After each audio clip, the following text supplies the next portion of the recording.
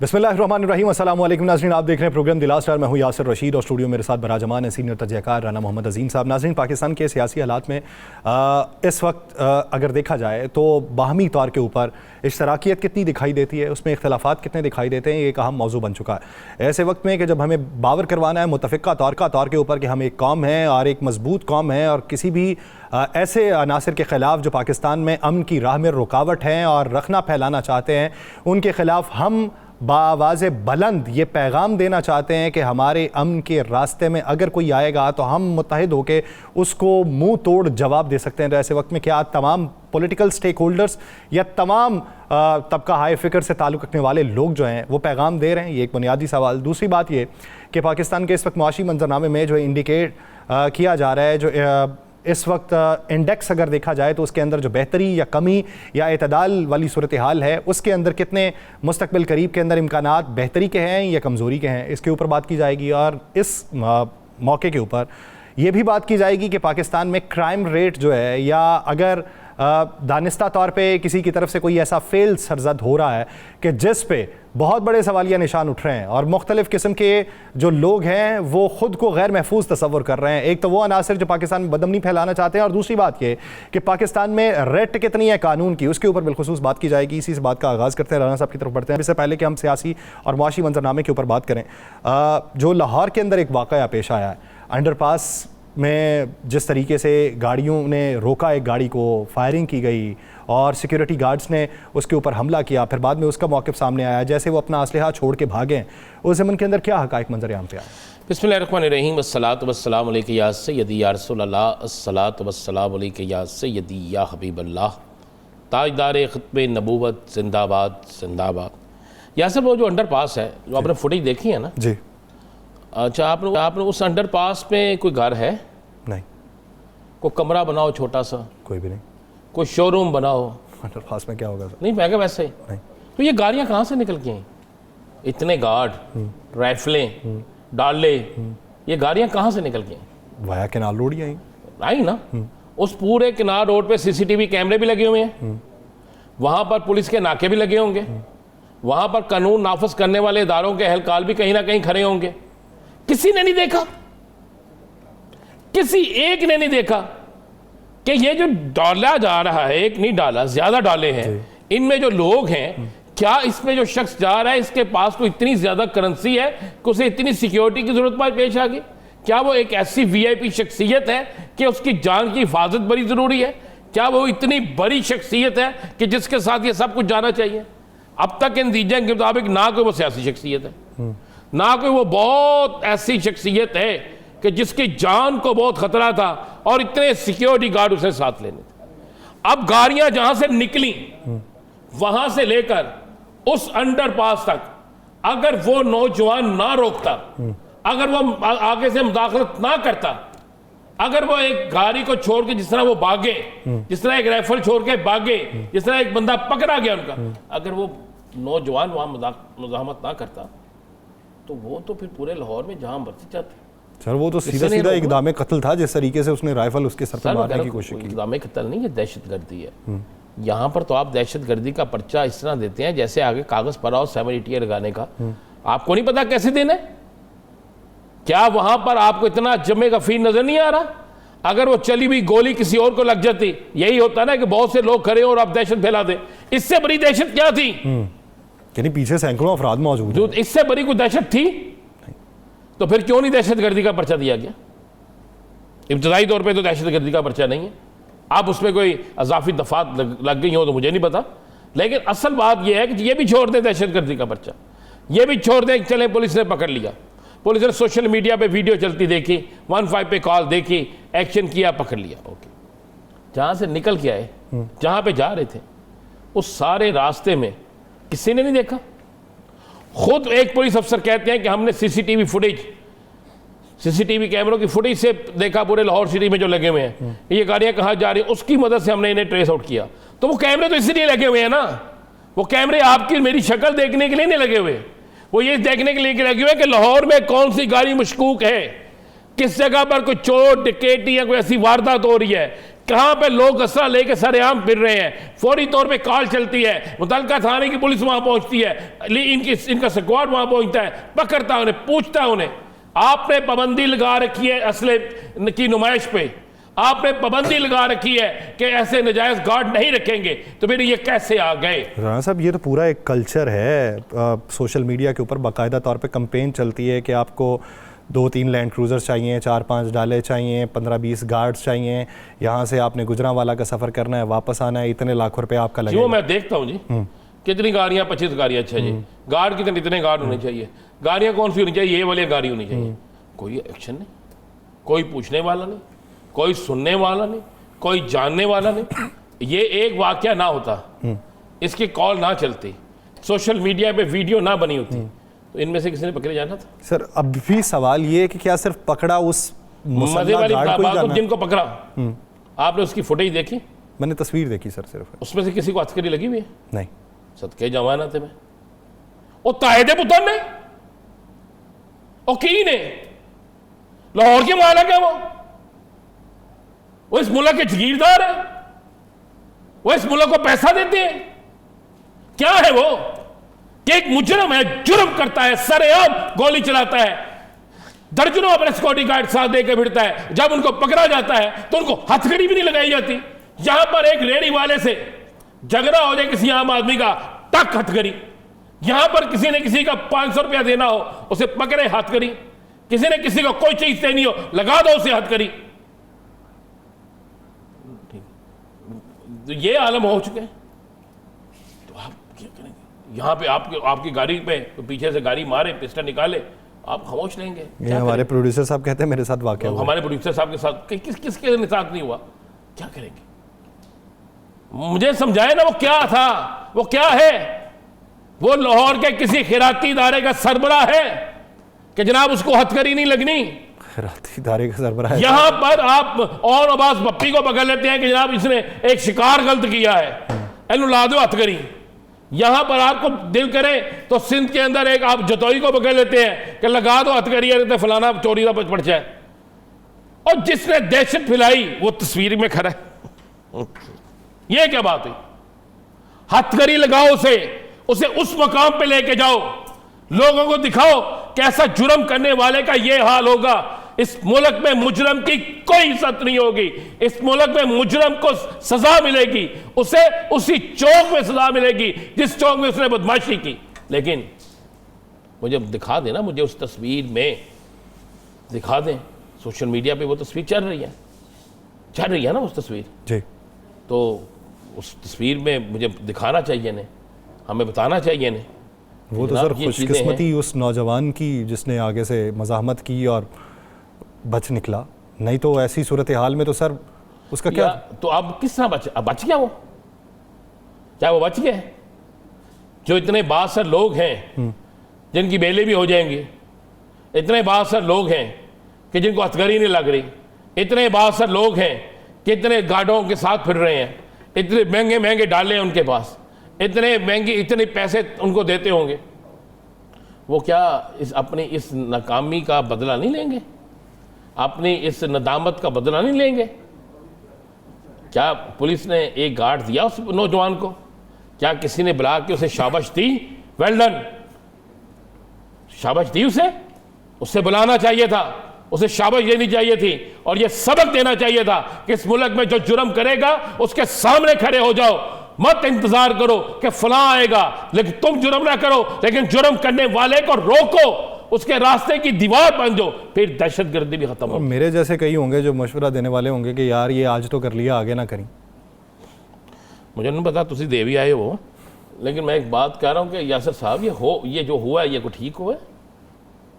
हम बात करते हैं जी फलां जगह पे फलां हो गया, फलां जगह पे फलां हो गया, तो ये तो शहर लाहौर है, मेरी वज़ीर आला का शहर है, मेरे आईजी पंजाब का शहर है।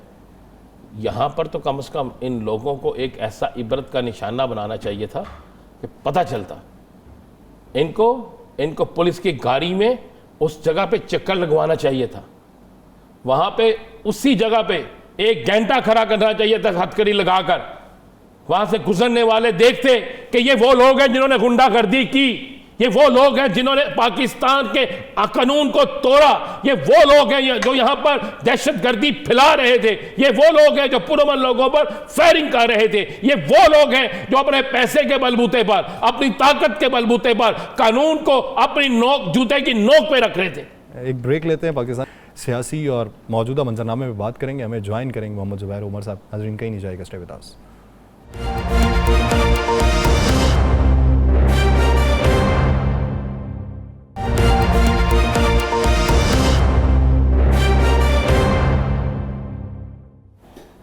ब्रेक के बाद खुशामदीद नाज़रीन, मौजूदा सियासी मंजरनामे पे बात करते हैं। पाकिस्तान की जो तमाम तर सियासी जमातें हैं, जिस तरीके से मियां मोहम्मद शहबाज शरीफ साहब ने ऑल पार्टी कॉन्फ्रेंस बुलाने की बात की, तो उसमें क्या तमाम जो फरीकैन हैं मुश्तरका तौर पे एक हिकमत अमली तरतीब दे देंगे? क्या नज़रियात जो सियासी इख्तलाफात हैं उनको एक दूसरे से अलग किया जा सकता है?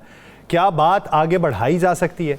क्या ये देखा जा सकता है कि माजी करीब के अंदर जो कुदूरतें हैं उनको एक साइड पर रख के किसी एक नुक्ते के ऊपर मुत्तफिक हों? माजी के अंदर भी बेशुमार मुआहदे होते रहे हैं, माजी के अंदर भी बेशुमार मफाहमतों की यादाश्तों पर भी दस्तखत होते रहे हैं, माजी के अंदर भी मीसाक होता रहा है। क्या ये असल वक्त है मीसाक का? क्या इससे आगे बढ़ा जा सकता है? और इसमें वो बुनियादी इकदाम कौन से हैं जो इस वक्त उठाए जाएं तो उससे मुस्तकबिल की सियासत, पाकिस्तान की मईशत, पाकिस्तान का मजमूई मंजरनामा जो है वो बेहतरी की तरफ गामजन हो सकता है? इसी बारे में बात करेंगे। हमें ज्वाइन किया है सीनियर सियासतदान साबिक गवर्नर सिंध मोहम्मद जुबैर उमर साहब ने। जुबैर उमर साहब, बहुत शुक्रिया आपके वक्त का। सर, पाकिस्तान में रिसेंट पास्ट में ये जो दिन गुजरे हैं, इसके अंदर जो इंसिडेंट्स हुए हैं और माजी करीब में जितने भी इंसिडेंट्स हुए, सियासी मामलात, मुआशी मामलात और ये इंसिडेंट्स, अगर इनको देखा जाए तो इसके देर पा असरात होंगे, दूररस असरात होंगे, और वो किस तरीके से हमें भुगतना है हमें अभी मालूम नहीं है। इस ज़िमन के अंदर आप क्या समझते हैं कि हुकूमत का तर्ज अमल, हुकूमत की तरजीहात वो सही समत में गामजन? देखिए, एक चीज़ है जिस पर कौन मुतफिक है और मुतफिक होना चाहिए कि ये दहशतगर्दी का वाक़या था, जो होस्टेज ट्रेन को होस्टेज बनाया और 400 से ज़्यादा जर्माल किए गए। उसके बाद जो भी हुआ, इस बात से तो सब मुत्तफिक हैं और तमाम पाकिस्तानी यकजा हैं। और इससे ये कोई पहला वाक़या तो है नहीं, और ज़ाहिर है बलूचिस्तान के हवाले से तो हमें सबको बहुत फिक्र थी। जो कुछ भी हो रहा था उसमें तो कोई दो पॉइंट ऑफ व्यू है ही नहीं, क्योंकि बहुत ही शिद्दत से पिछले 1-1.5 साल से ख़ास तौर पर KP में और बलूचिस्तान ने, दोनों की नोयत डिफरेंट है, पर दोनों जगह जो दहशतगर्दी और जो भी वाक़यात हो रहे थे उस पर तो सारी कौम मुत्तफिक है। जो मसला आता है कि इसको किस तरह से ये हुआ क्यों है और इसका इस वजह से इसका सोल्यूशन क्या, उधर जाके फिर डिसएग्रीमेंट होते हैं और होना भी चाहिए। बिकॉज ये कुछ जैसे ये कौम है 25 करोड़ लोगों की, इसमें पढ़े लिखे लोग भी हैं, मिडिल क्लास लोग भी हैं, वो भी हैं जो सियासत में हैं, जर्नलिस्ट हैं, एंकर्स हैं, टीवी चैनल्स वाले हैं, आप लोग हैं। तो हर एक की अपनी पाकिस्तान ही के पॉइंट ऑफ व्यू से सब सोचते हैं और सबका पॉइंट ऑफ व्यू मुत्तफिक नहीं हो सकता कि हम यहाँ क्यों हैं। हुकूमत है वो ये कहती है कि हाँ इसलिए हम हैं कि जी जो इमरान खान ने फैसला किया था तालिबान के हवाले से 3 साल पहले नहीं बल्कि 3-3.5 साल पहले, उसके ये असरात हैं जिसकी वजह से ये दहशतगर्दी है। जुबैर साहब, वज़ीर-ए-आज़म साहब ने कल कहा कि कुल जमाती कॉन्फ्रेंस बुलाएंगे, सबको इकट्ठा करेंगे, लेकिन उसके बाद उनके खिताब के बाद जो अब इजलास हुआ है कौमी असम्बली का, उसमें जो अल्फाज हुकूमत की बेंचों से या जो तनकीद अपोजिशन के बेंचों से हुई, इसके बाद तो हमें कहीं से नज़र नहीं आ रहा कि कुल जमाती कॉन्फ्रेंस जो होगी उसमें क्या सारे इकट्ठे होंगे। इस पे तो सब मुतफिक हैं कि दहशतगर्दी का आत्मा होना चाहिए, लेकिन क्या हुकूमत को अपने ताईं और अपोजिशन को अपने ताईं, अपने अरकान को नहीं समझाना चाहिए कि इस पर तो यक आवाज़ हो? देखिए, आपने बिल्कुल सही कहा, मायूसी की बात है, नहीं करनी चाहिए, लेकिन मुझे नहीं लगता कि ऑल पार्टीज कॉन्फ्रेंस से कोई नतीजा निकलेगा। जितनी तलखियां बढ़ चुकी हैं, जितना ज़्यादा एक आपस में जो एक दूसरे को लैक ऑफ ट्रस्ट है हुकूमत और ऑपोजिशन की तरफ से, और जिस हद तक पाकिस्तान जितना टेंशन में या अफरा तफरी में इस वक्त मौजूद है, मुझे नहीं लगता कि इससे कोई नतीजा निकलेगा कि सब इत्तेफाक भी करें। लेकिन आप बैठ भी जाएंगे तो इत्तेफाक तो देखा, मेरा पॉइंट ऑफ व्यू डिफरेंट है। अगर चीफ मिनिस्टर वहाँ बैठ के ये कह रहे हो कि इसका सोशियो इकोनॉमिक इंडिकेटर से कोई ताल्लुक नहीं है, तो मैं कैसे उनकी बात मान लूंगा? ये तो नहीं हो सकता कि मेरा कोई जहन नहीं है, कोई इंटेलेक्ट नहीं है, मैं सोच नहीं समझता, मेरी तजवीज़ जो है वो, अगर मेरी तजवीज़ हुकूमत की राय से मुख्तलिफ है तो वो गद्दारी के जुबान में वो तो सीधा फेंक देते हैं। और ये बड़ा मसला है ना कि भाई सबका कौन पाकिस्तानी ऐसा है जो समझता है कि जी पाकिस्तान में अमन नहीं होना चाहिए। सब नहीं सर, अगर आप ये समझते हैं कि तलखियां इस हद तक बढ़ चुकी हैं कि जिसका कोई हल नहीं निकल सकता, तो सर फिर हल क्या निकाला जा सकता है? डायलॉग अगर नहीं करने बैठ के तो फिर कोई मुतबादिल भी प्लान हो सकता है?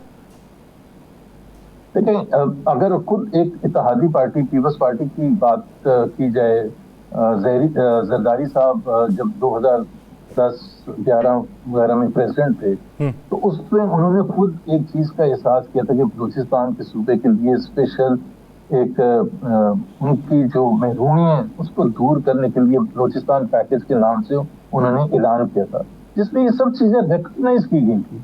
अगर आप PMLN को ले लें और आप पुरानी तकरीरें मरियम नवाज की उठा लें या नवाज शरीफ साहब की उठा लें हुकूमत में आने से पहले की, उसमें बलूचिस्तान के बारे में क्या कहते थे? एक्सेप्ट करते थे कि जी हम हुकूमतों की गलतियां रही हैं, निगलेक्ट किया गया है, उनके साथ इंसाफ नहीं किया गया। अगर आज आप मुड़ के ये मानने के लिए तैयार हैं तो फिर कैसे हल निकलेगा? लेकिन मैंने आपको सीधा सीधा कहा है, आज के दिन एक सबसे ज्यादा गुर्बत बलूचिस्तान में, तो जो गरीब आदमी है जिसको तालीम भी नहीं मिल रही, जो 17 साल से इंतजार कर रहे हैं, उसको तो जो भी भड़काएगा वो उधर चला जाएगा। और अगर हम ये मानने के लिए तैयार नहीं कि इसका हल जो है एक तो सोशियो इकोनॉमिक अपलिफ्ट है और बाकी सूबों से ज्यादा बढ़ के अपलिफ्ट करने की जरूरत होगी ताकि उसको बराबर लाए और जो आम बलोची देखे। और दूसरा एक जो सबसे ज्यादा इम्पोर्टेंट है, let the people of Balochistan for once choose their own representative. लेकिन एक सवाल सर, एक सवाल, आप भी हुकूमती ऐवानों में रहे, एक सवाल आपने कहा जी जिनको तालीम नहीं मिलती उनकी अप्रोच क्या होगी? पंजाब में कोटा सिस्टम है, बलूचिस्तान से लोग आते हैं, तालीम हासिल करते हैं। आपको याद होगा कि कराची यूनिवर्सिटी के अंदर जो फ़िदाई थी जिसने हमला किया था, शारी बलोच, पढ़ी लिखी ग्रेजुएशन किया हुआ उसने वो थी, और उसके बाद कई ऐसे लोग थे जो बाकायदा निसाब के तौर पे भी पढ़ते रहे। तो उन लोगों का फिर क्या करें? दूसरी बात, आपने ये कहा कि हुकूक उनको नहीं मिले, जितने दस्तयाब वसाइल के अंदर उनको हुकूक थे, आप समझते हैं कि उनके हुक्मरानों ने या वहाँ की ब्यूरोक्रेसी ने वो आवाम तक मुंतकिल किए और अपने खांचे नहीं लगाए? इसमें बहुत सी चीजें हैं, लेकिन एक जो सबसे बड़ी चीज ये है कि बिल्कुल बलूचिस्तान के अवाम के हकूक को एक्सेप्ट नहीं किया गया। मैं जब एक फैक्ट आपको बता रहा हूँ, वो आप इंडिविजुअल के कराची यूनिवर्सिटी में किसने क्या किया था, बट उससे क्या ताल्लुक है कि इस वक्त जितने भी सोशल इंडिकेटर्स हैं, तालीम के हवाले से, सेहत के हवाले से, इंफ्रास्ट्रक्चर के हवाले से, क्लीन ड्रिंकिंग वाटर के हवाले से, पब्लिक ट्रांसपोर्टेशन के हवाले से, किसी भी हवाले से ले रहे हैं, वो इतने पीछे हैं कि ऐसे लगता है कोई और मुल्क की बात कर रहे हैं और बाकी पाकिस्तान को बड़ा जबरदस्त नहीं है। तो अगर वो जन्म देता है एक इस किस्म की रिबेलियस थिंकिंग को जन्म देता है। और please also understand, Balochistan is very rich province minerals के हवाले से। अब अगर आप सिर्फ गवादर की एग्जांपल ले लें, आप रिकडिक की एग्जांपल ले लें, रिकडिक में क्या है? रिकडिक में आज से 30 साल पहले आइडेंटिफाई हुआ $200 बिलियन के एस्टिमेटेड रिजर्व्स हैं कॉपर और गोल्ड के, वो कहाँ हैं?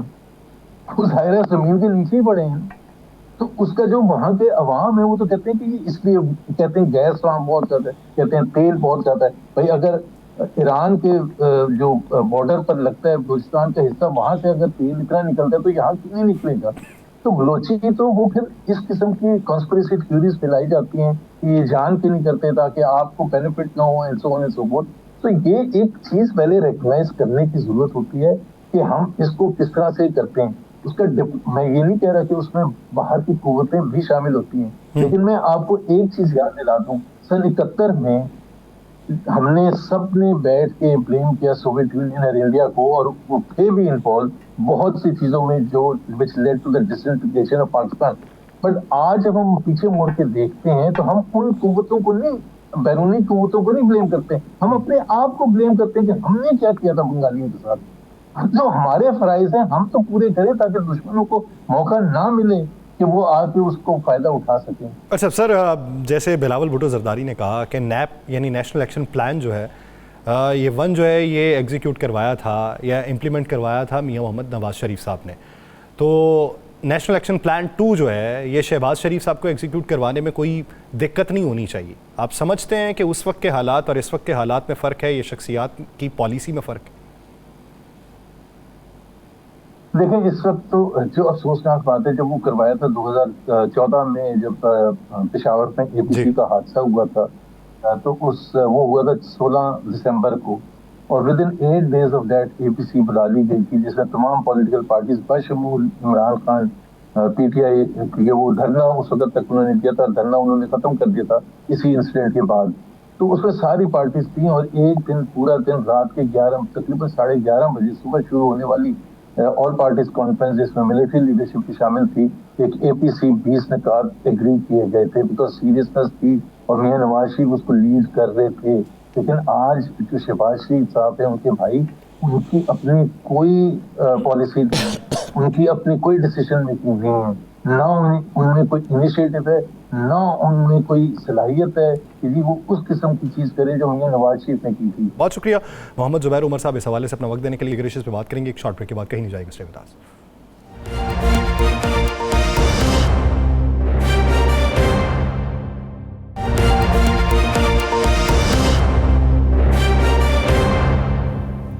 ब्रेक के बाद खुशामदीद नाज़रीन, मौजूदा मंजरनामे पे जिस तरीके से जुबैर उमर साहब गुफ्तगू कर रहे थे और उन्होंने हवाले दिए हैं माजी की पॉलिसीज़ के और अब की पॉलिसीज़ के, उन पॉलिसीज़ में बुनियादी तौर पे फ़र्क क्या है, पार्टी के नुमाइंदा जो लोग हैं वो किस नज़र से देखते हैं, बलूचिस्तान में रहने वाले किस नज़र से देखते हैं, और आने वाले दिनों में मजमूई तौर पे हमें किन चीज़ों के ऊपर कंसेंसस करने की ज़रूरत है, इसी बारे में बात करेंगे। हमें ज्वाइन किया है पाकिस्तान मुस्लिम लीग नून के सीनियर रहनुमा जनरल रिटायर्ड अब्दुल क़य्यूम साहब ने।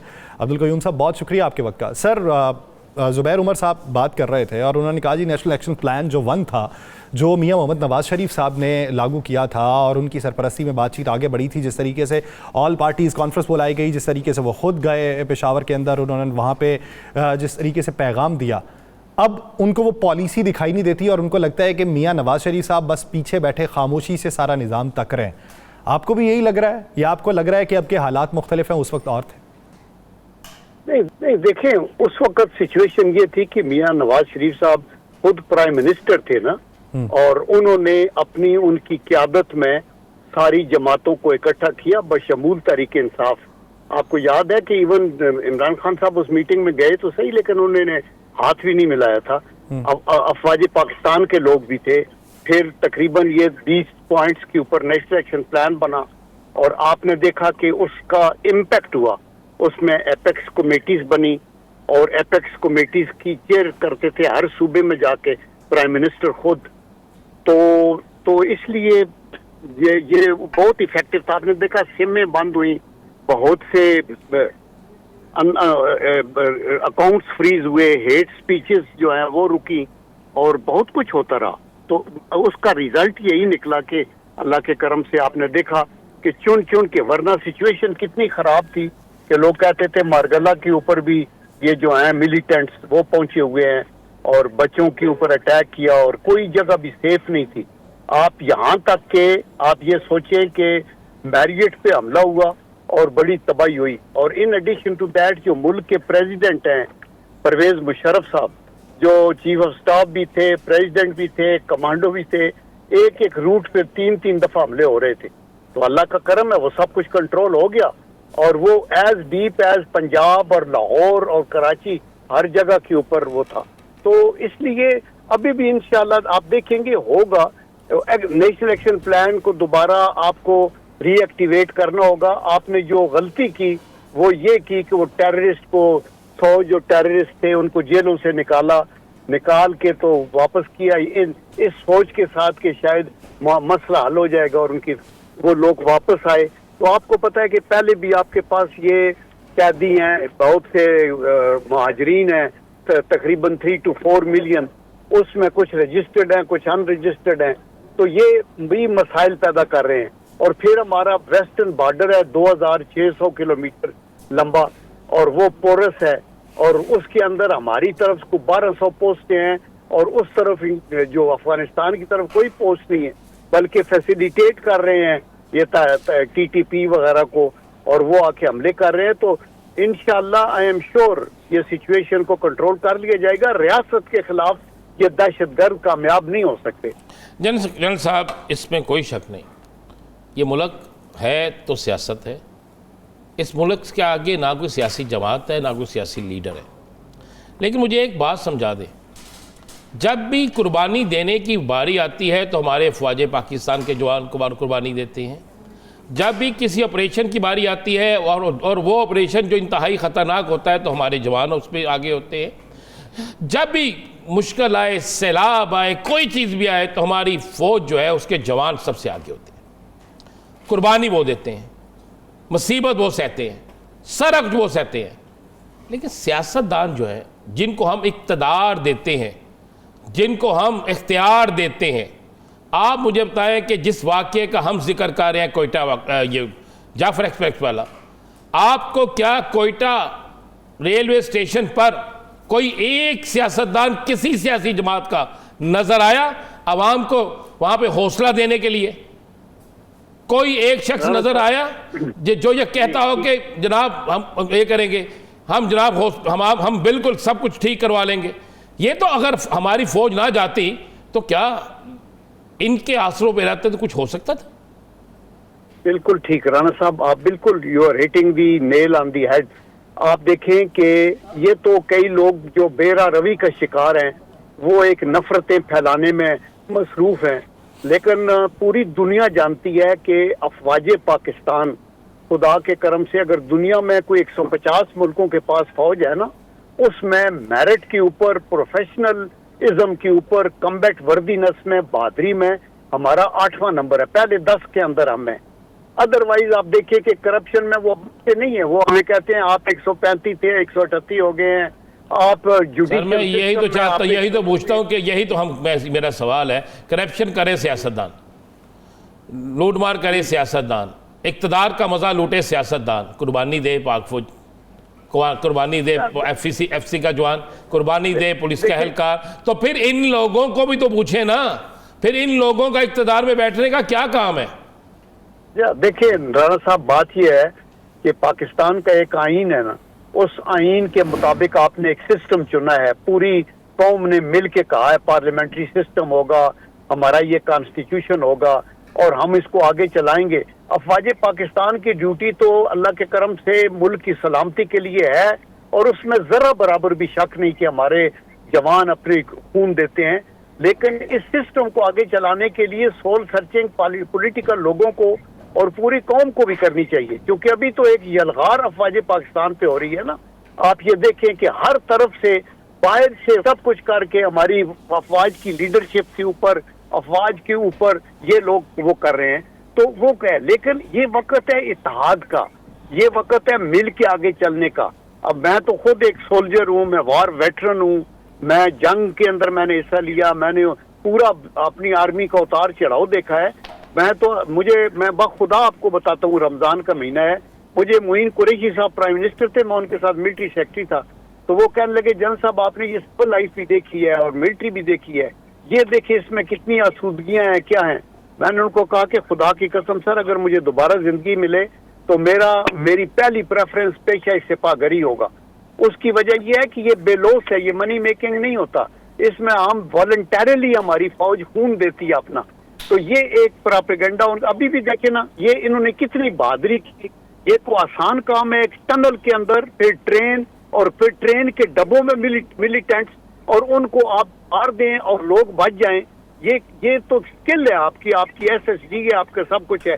लेकिन ये लोग जो है कोई क्या, मैं बहुत से वीलॉग सुन रहा था, ऐसे मतलब नफरत हो जाती है कि आप इंटेलेक्चुअल डिसऑनेस्टी कि आप सारा मलबा अपने मुल्क के ऊपर, अपनी क़यादत के ऊपर, अपनी सिक्योरिटी फोर्सेस के ऊपर और दूसरों को मुबर्रा करते हैं। ये देखें पूरी दुनिया में दहशतगर्दी होती है। हमारे 400 बंदे उन्होंने ट्रेन में अगवा किए हैं, अमेरिका के अंदर 4000 बंदों को उन्होंने हलाक किया है 9/11 के बाद। इसी तरह बैरूत में 200 उनके सुबह 5 दफा ये ट्रेनें जो हैं वो अगवा हुई हैं और हाईजैक हुई हैं। उसके अंदर भी, चाइना के अंदर भी, इंडिया के अंदर भी, हॉलैंड के अंदर भी। तो हमने तो अल्लाह के, और ये 18-20 दिन वो उनको छुड़ा नहीं सके।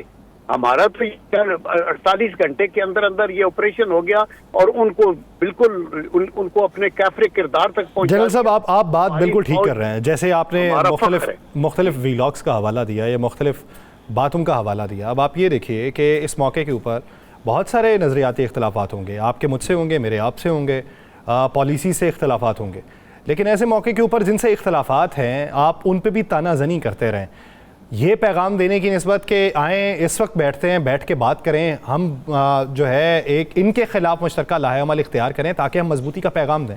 लेकिन हमारे बेशुमार मिनिस्टर्स जो हैं वो भी दूसरों पे तानाजनी करते रहे। आज DGISPR की आप प्रेस ब्रीफिंग देखें, वो टू द पॉइंट थी। देखें ना, हमारे अंदर राना साहब वो जो पॉलिटिकल मैच्योरिटी या बलूगत है ना, और जो स्टेट्समैनशिप है, और जो एक खौफ खुदा होना चाहिए, जो प्रिंसिपल के ऊपर आप सियासत करें, उसका फुकदान है।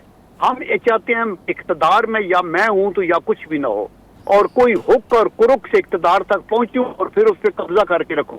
तो मेरा मतलब है कि ये इस तरह तो मुल्क आगे नहीं चलते। हमारी फौज ने तो हर स्टेज के ऊपर कुर्बानी दी है, और मैं गवाह हूँ, चश्मदीद गवाह हूँ, जंग का गवाह हूँ कि हमारे लोग अपनी कुर्बानियों के लिए आगे जाते हैं।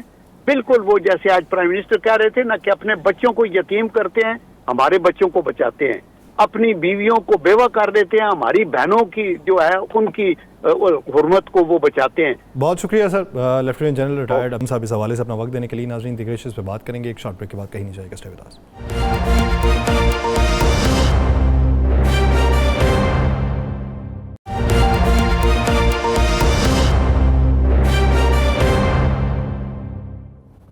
ब्रेक के बाद खुशामदीद। नाज़रीन, मौजूदा सियासी मंजरनामे पर अगर बात की जाए तो इस सियासी मंजरनामे के आगे बढ़ने में इम्कानात किस हद तक हैं? अभी जो अगर अपोजिशन को देखा जाए तो उसका इत्तेहाद जो है वो किन मराहिल में है? ईद के बाद अपोजिशन का ऐलान क्या हो सकता है? इसी बारे में बात करेंगे। हमें ज्वाइन किया पाकिस्तान तहरीक इंसाफ के रहनुमा मियाँ अली सरफराज साहब ने। अली सरफराज साहब बहुत शुक्रिया आपके वक्त का।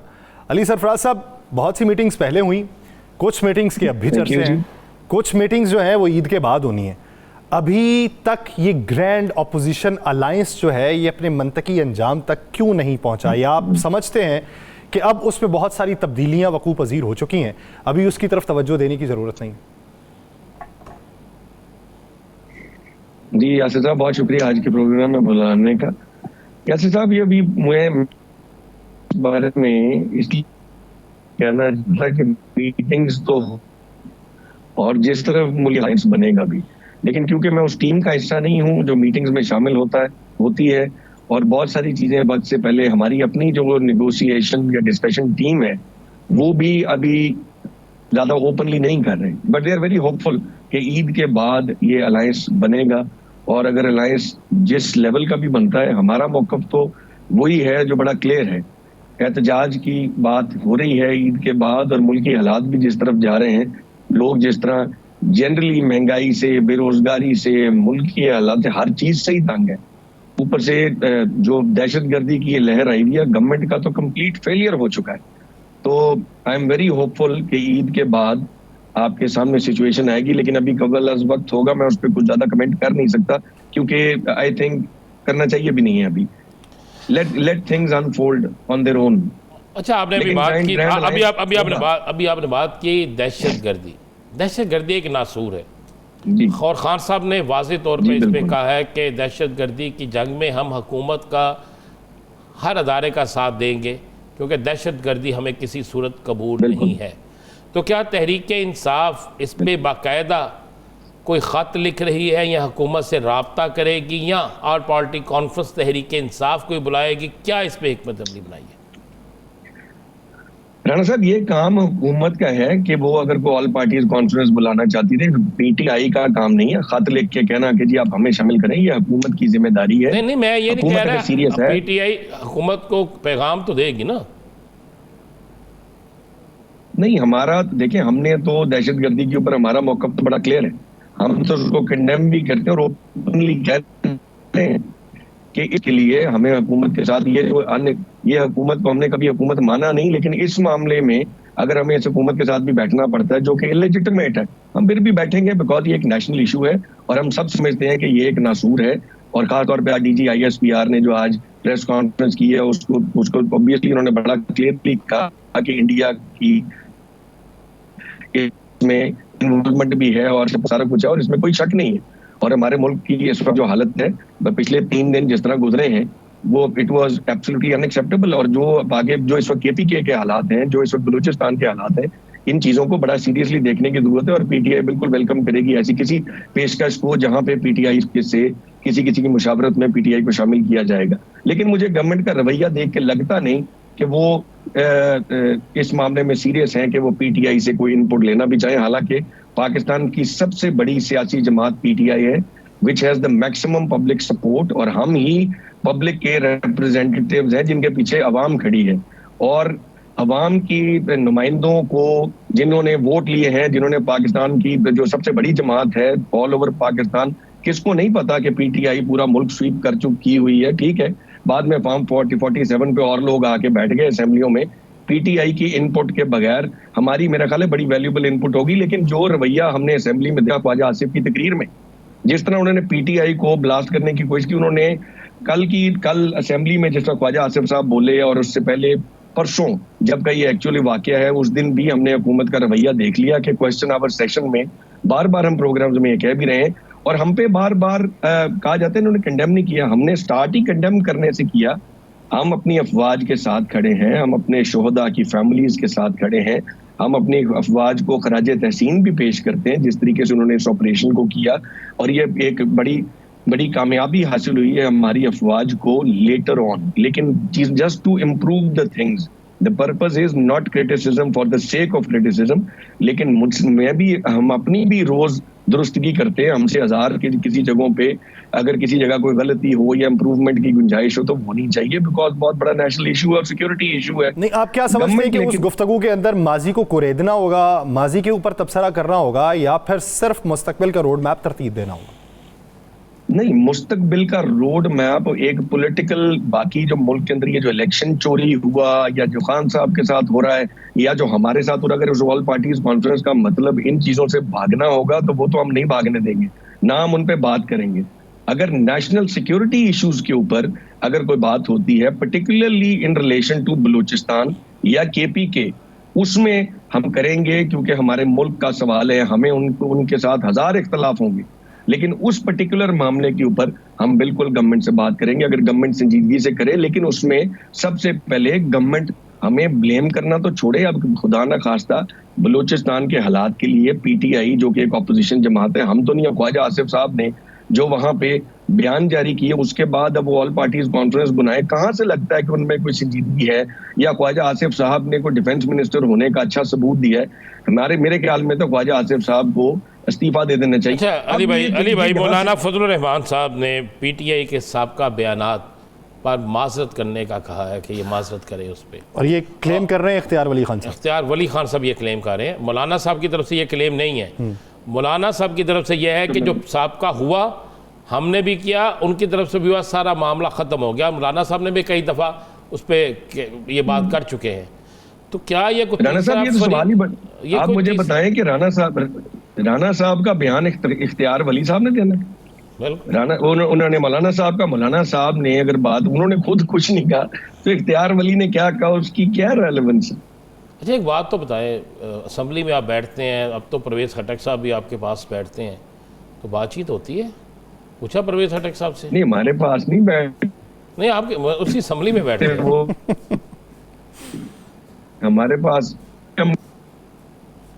नहीं, हम नहीं पूछते। सबको पता है, जिन बातों का हमें पता है वो हमने पूछ के क्या करनी। हमें सवाल बनाए सवाल क्या करें? हमें किसका नहीं पता, हमें परवेज खटक का नहीं पता, हमें ओम चौधरी का नहीं पता, हमें खिची साहब का नहीं पता, हमें किसका नहीं पता। हमने क्या सवाल करने उनसे? उनका ईमान उनके साथ। अच्छा, यासर सवाल करेगा। मेरा एक आखिरी सवाल है, ये शेर अफजल महमूद जो है, ये बड़ी आजकल रोजाना आप नई से नई उनकी टॉक देख रहे हैं, तो आप लोगों ने इन्हें मनाने की, चुप कराने की कोई कोशिश नहीं की, या आपने छोड़ दिया इन्हें कि इनको इनके हाल पे छोड़ दिया जाए? देखें जी, शेर अफजल हमारा कुलीग रहा है, हमारी जमात का हिस्सा रहा है। अब शेर अफजल को अगर पार्टी से निकालने का फैसला इमरान खान का है तो खान साहब के पास कोई ना कोई इंफॉर्मेशन या कोई ना कोई वजूहात होंगी। हमें कई दफा पार्टी डिसिप्लिन के ऊपर शेर अफजल साहब को वार्निंग्स दी गई कि आप जरा थोड़ा सा कोई हर दफा कोई नया तमाशा ना कर दिया करें, लेकिन वो उससे बाज नहीं आते रहे। और हमने बड़ी दफा उनसे ऑपोजिशन लॉबी में जब PTI के बैठते थे, हमने भी गिला किया, बड़ी बड़ी एम्बैरेसिंग बातें, अजीबो गरीब किस्म की बातें शेर अफजल साहब करते रहे और वो नहीं रुकते रहे। मुतअद्दिद वार्निंग्स के बाद अब पार्टी ने एक फैसला किया है, तो उसके बाद तो अब ये खान साहब भी सोच सकते हैं। हमारी तो इसमें कोई से नहीं है कि शेर अफजल के साथ सुलह होनी है कि नहीं होनी, हमारी तो शेर अफजल से लड़ाई कोई नहीं है। हाँ, शेर अफजल ने कल असेंबली में तकरीर की, उन्होंने अच्छी तकरीर की, हमने उनकी तारीफ भी बड़ी, उन्होंने बोल्ड तकरीर की। वैसे मगर ठीक है, हमने अप्रिशिएट भी किया, लेकिन हमने तो शेर अफजल को कभी भी बुरा भला नहीं कहा। वो कहते हैं निकाला इन्होंने, जाऊंगा अपनी मर्जी से। अगर शेर अफजल, मरवत, अकबर, एस बाबर पार्ट 2 बन गए तो वो वैसे तकरीबन बने ही हुए हैं बन गए क्या मतलब नहीं, कानूनी वो तो अकबर एस बाबर तो कानूनी मंजरनामे पे बने हुए थे ना, ये असेंबली में बने हुए जो उस दिन कहते हैं कि जी नवाज शरीफ और दोनों ये पूछ रहे हैं मुझे क्यों निकाला, बड़ा अजीब किस्म का बयान था। उस पर हमारे कुछ एमएनए ने फिर कहा, उन्होंने कहा जी आप ऐसा करें, फिर मरी जाके नवाज शरीफ के साथ बैठ के ये बात करें। वो दोनों इकट्ठे बैठ के कहते रहे। अब वो इस बात पे भी गिला कर रहे थे असेंबली के अंदर हमारे जो दोस्त हैं, मैंने उनसे कि यार तुमने क्या बयान दे दिया कि नवाज शरीफ के साथ बैठ के पीटो, या वो भी यही पीटता है। तो फिर हम उन्होंने भी आगे से कहा आप ऐसा बयान ना दें। जब आप इस किस्म का बयान देंगे तो आपके लिए क्या किसी की सिंपैथी होगी कि नवाज शरीफ के साथ बैठ के आप उसकी भी मिसाल दे रहे हैं कि वो कहता है मुझे क्यों निकाला, आप कह रहे हैं मुझे क्यों निकाला, तो बस इस पर आप में नवाज शरीफ में क्या फर्क है? यानी इस वक्त आपको ये लगता है कि वो जो बोल रहे हैं उसका फैसला तो खान साहब नहीं किया, और खान साहब ही फैसला करेंगे कि उनका पार्टी में रहना बनता है या नहीं बनता है, वापस लेना है? ऑब्वियसली हमारा फैसला नहीं। बहुत शुक्रिया सरफराज साहब इस हवाले से अपना वक्त देने के लिए। नाज़रीन, प्रोग्राम का वक्त खत्म हो चाहता है, मुझे और राना साहब को दीजिए इजाज़त। आपसे मुलाकात होगी पीर के रोज़। अपना बहुत सा ख्याल रखिएगा। अल्लाह ने के बाद।